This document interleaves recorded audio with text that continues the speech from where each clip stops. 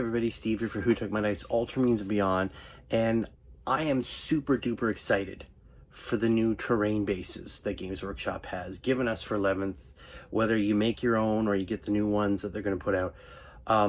After watching today a bunch of the introductory games they had, which were just, it was great to see all the rules, a tad boring.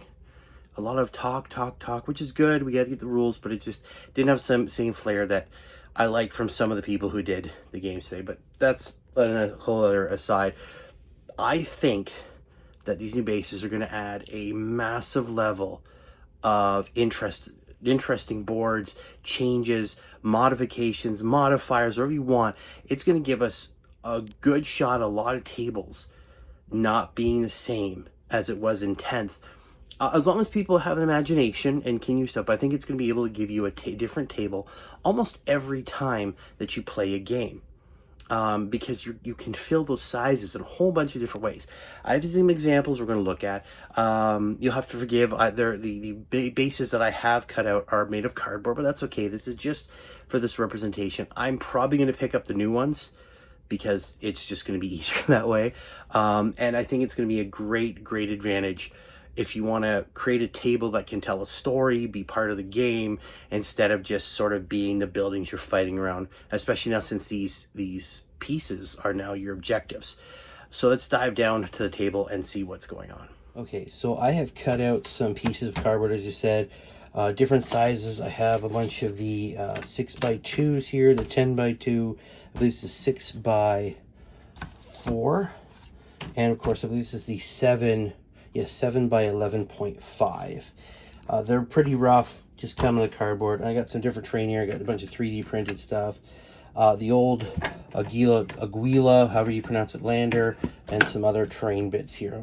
We're going to go through and just show some cool examples of how you can use this to sort of vary what's going on, right? Obviously, some of these smaller ones, you can put one of these on there, and it practically takes it up. You do that a number of different times.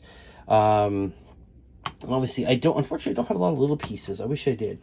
But stuff like this, if you want to build your own, you can build a lot of stuff, walls, pieces of ruined terrain, whatever you want, and that fills it up nicely. Obviously, the Games Workshop ones will have all the cool, much like the table here, the mat will have all the designs on it, so it'll flow a bit better. For these bigger ones, what I like here, this is pretty cool. A lot of this terrain I have sort of fits it already, right? So I can move things around a bunch of different ways. I can even use some of these pieces here to give something a little bit like a broken up building. I tried one earlier, and that way I have a cool little sort of passageway, and better yet, I can make it like a sealed off statue to some lost Space Marine hero. Lots of cool stuff like that. Even some of these bigger pieces kind of take the whole thing over, but it still gives me a bunch of terrain, and I can add stuff to it. Maybe add this in top of here to make it even more broken up. Yeah, a bunch of cool stuff. I even have this one here, this sort of Mechanicus one. Or I can put this with this, and maybe even put that on there. And now I have another very destroyed building that I can come up with. Yeah, so this is a lot of cool stuff. And I do have even bigger things here. We'll go with the 7 by 11.5 here. Let's move this out of the way. Come on, out of the way. Now I do have this bigger piece here. This, if you notice this one, this is from the Christmas special. This one is slightly hanging over, but it still works. Oh my God, terrain everywhere. This one's slightly, it's hanging over by millimeters. I can move this around here. I can even take other pieces of broken terrain and add to it. All right, and I'll take this in here, and I can have some broken chunks of this building coming down. Again, I can vary it a bunch of different ways. Move this in here. I can even take another piece. Where did it go? I can even add these in to make something of a hallway to go that your guys have to go around. More cover, more stuff to stay hidden behind in earlier games. I can even, can't forget this one. I love this. Come on, bud.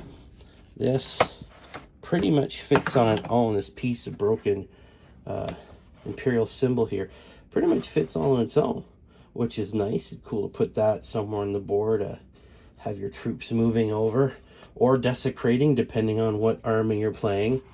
And of course, then I can have bits of my Crash Lander here. Again, this one sort of takes over, and I can put some smash building around it, some destroyed building there, and it works.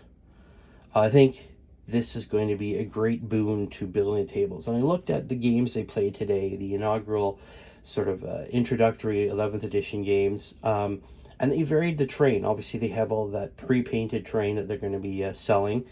I think this will work with either like this, paint stuff that I've printed or built over the years and painted. I think it's all going to work really, really well.